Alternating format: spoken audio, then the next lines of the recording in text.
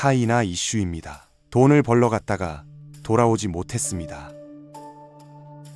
한국 청년의 비극, 그리고 드러난 중국 조직의 지옥. 2024년 여름, 경북 예천에 사는 22살의 대학생 박모 씨는 가족에게 이렇게 말합니다. 엄마, 나 캄보디아에 박람회 다녀올게요. 단지 며칠짜리 해외 일정이었습니다.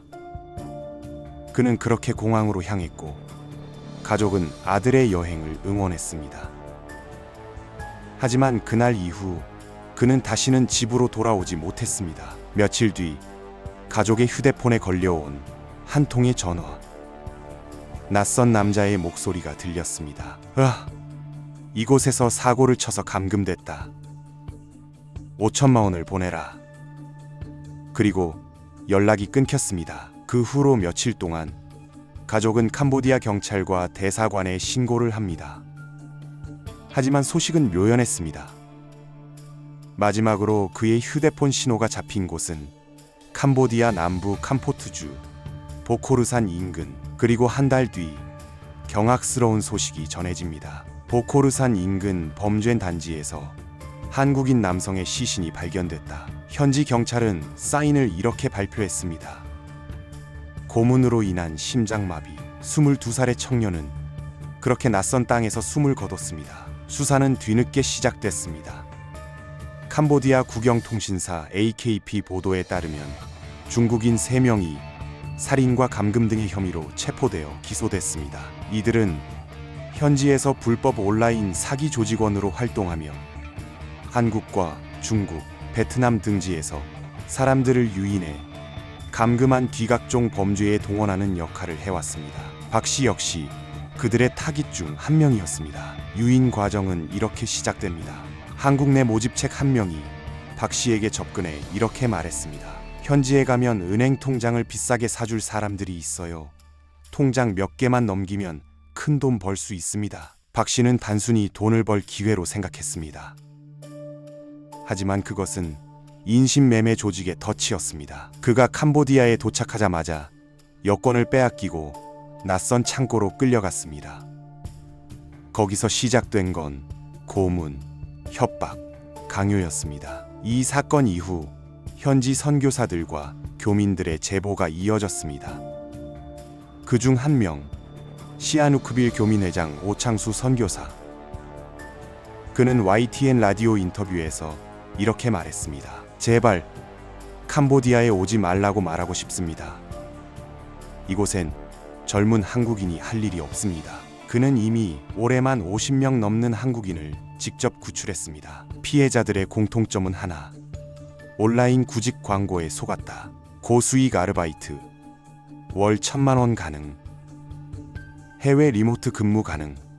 이런 광고를 보고 현지로 간 이들은 입국 즉시 여권을 압수당합니다. 그리고 감금된 채 보이스 피싱, 불법 도박 운영, 로맨스 스캠 등 각종 범죄에 강제로 동원됩니다. 구출은 운입니다. 대부분은 갇혀 살고 있어요. 오 선교사의 말입니다. 그는 이렇게 덧붙입니다. 한국인 몸값이 제일 비쌉니다. 보이스피싱 수익이 잘 나오기 때문이죠. 그래서 한국인은 1만 달러, 약 1,400만 원에 팔려갑니다. 결국 돈을 벌러 간 사람이 돈이 되는 상품으로 팔려버리는 구조. 그것이 지금의 캄보디아 현실입니다. 박 씨 사건이 알려진 이후 한국 언론은 태자단지라는 단어를 집중 보도했습니다. 태자단지는 푸놈펜 근교에 위치한 중국 범죄 조직이 만든 감금형 범죄 콤플렉스입니다. 외부인은 출입할 수 없고 내부에는 수백 명의 외국인들이 갇혀 매일 고문과 폭행에 시달리며 온라인 사기 업무를 강요받습니다. 탈출자들의 증언. 도망치면 총을 쏩니다. 캄보디아 경찰도 그들과 한통속이에요. 군인들이 조직으로부터 돈을 받으며 보호해줍니다. 캄보디아 경찰이 현장을 급습해도 곧 다시 운영이 재개됩니다.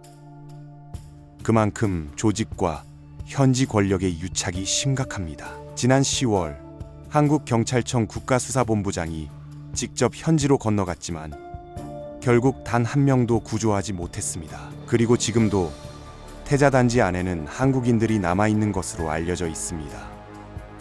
이 사건 이후에도 피해는 계속되고 있습니다. 지난 9월 수원 출신의 22살 김모 씨 역시 캄보디아로 출국했다가 태자 단지에 감금된 채 노예 생활을 하고 있다는 보도가 나왔습니다. 그는 가족에게 이렇게 메시지를 보냈습니다. 나 지금 캄보디아에 붙잡혀 있어. 돈 보내줘야 나갈 수 있어. 그 역시 모집책을 통해 대포 통장 관련 일을 하러 갔다가 감금되었습니다. 탈출자들에 따르면 이 조직은 중국계 폭력 조직으로 캄보디아 군경에 거액의 뇌물을 주며 단지를 운영하고 있다고 합니다. 그리고 더 끔찍한 이야기.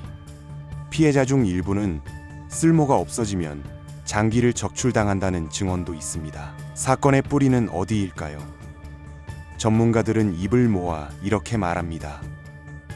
이건 단순한 납치가 아니라 중국 공산당과 결탁한 국제 범죄 산업입니다. 중국계 조직들은 미얀마, 라오스, 캄보디아 등지에 온라인 범죄 산업 단지를 만들고 있습니다. 초기에는 홍콩과 대만 청년들을 유인했지만 지금은 타깃이 한국인기로 바뀌었습니다.